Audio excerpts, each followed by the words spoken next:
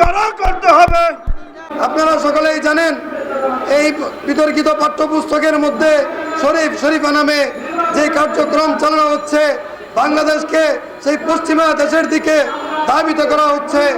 এই জন্য আলেম সমাজ যদি এই পাঠ্যপুস্তকের নামে কথা বলতে চায়, তাহলে এই আলেম সমাজকে নিষিদ্ধ ঘোষণা করা হয় এবং মাদ্রাসাকে বন্ধ করে দেওয়ার দাবি জানানো হয়। পরিষ্কার ভাষায় বলতে চাই, বাপ দাদার রক্তে কিনা সোনার বাংলাদেশে কোরআন সুন্নাহ ভিত্তিক শিক্ষা প্রতিষ্ঠান কওমি মাদ্রাসাকে বন্ধ করে দেওয়ার পায়তারা করা হয় এবং ট্রান্সজেন্ডারের নামে থার্ড জেন্ডারকে অপমান করা হয়। আমি আলেম সমাজের পক্ষ থেকে দাবি জানাইতে চাই আমাদের পাঠ্যপুস্তক সকল শিক্ষা কার্যক্রম ক্লাস 1 থেকে মাস্টার্স পর্যন্ত সমস্ত সেক্টরে যেন ইসলাম শিক্ষা বাধ্যতামূলক করা হয়। এই দেশের মধ্যে বিতর্কিত আমার কোমলমতি শিক্ষার্থী ভাই বোনদের পড়ানো হচ্ছে ট্রান্সজেন্ডার কি এবং কেন। প্রিয় ভাইয়েরা আমার, আপনাদের মনে রাখতে হবে এই দেশ 90% মুসলমানের দেশ।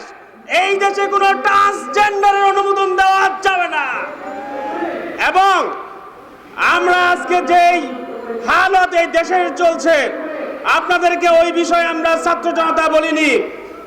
যদি ছাত্র জনতা তাদের বই খাতা কলম রেখে আপনাদের বিরুদ্ধে আন্দোলন সংগ্রাম করতে থাকে, আপনাদের কিন্তু পালানের জায়গা থাকবে না।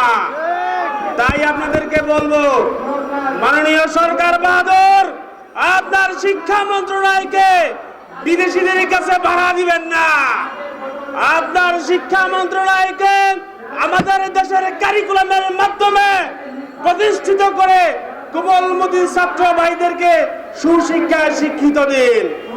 আর নয়তো ছাত্র জনতা, বন্ধুপ্রতিম ছাত্র জনতা যদি আন্দোলন শুরু করে, আপনাদের কিন্তু পড়াতে বাধ্য হবে। সকলকেই সমস্ত আন্দোলন সংগ্রামে শরীক থাকার আহ্বান জানিয়ে আমার সংগঠন বাংলাদেশ ইসলামী ছাত্র মজলিস আপনাদের সর্বোচ্চ পাশে থাকবে। ভোটের অধিকার, বাতের অধিকার প্রতিষ্ঠার জন্য আন্দোলন করেছে পাকিস্তানের বিরুদ্ধে, অথচ আজকে সেই শেখ মুজিবের দল বাংলাদেশ আওয়ামী লীগ শেখ মুজিবের রাজনৈতিক পিতৃত্বের পরিচয় অস্বীকার করছে। আজকে তারা রাতের আধারে ভোট ডাকাতি করে সরকার ক্ষমতায় আসে জনগণের মনের কথা, মুখের কথা, দাবি উপেক্ষা করে গণহারে গ্রেপ্তার, গুলি, হত্যা, খুন, গুণের মধ্য দিয়ে তারা দীর্ঘদিন ক্ষমতায় আছে। এবং এই মেধাবী তরুণ ছাত্র সংগঠনগুলোকে মেরুদণ্ডহীন করে রাখার জন্য বাংলাদেশের যে শিক্ষা ব্যবস্থা, একটি অগণতান্ত্রিক সরকারের পক্ষেই এই ধরনের শিক্ষানীতি বাস্তবায়ন সম্ভব, যেটা এই সরকার কন্টিনিউ করে যাচ্ছে। জোরালো দাবি থাকবে এই শিক্ষা নীতি প্রত্যাহার করে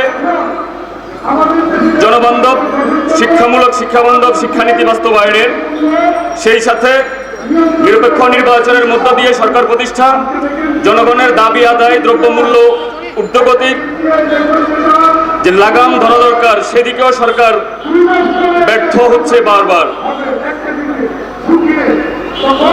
বক্তব্য অনেকেই দিয়েছেন, অনেকেই দেওয়ার বাকি আছেন।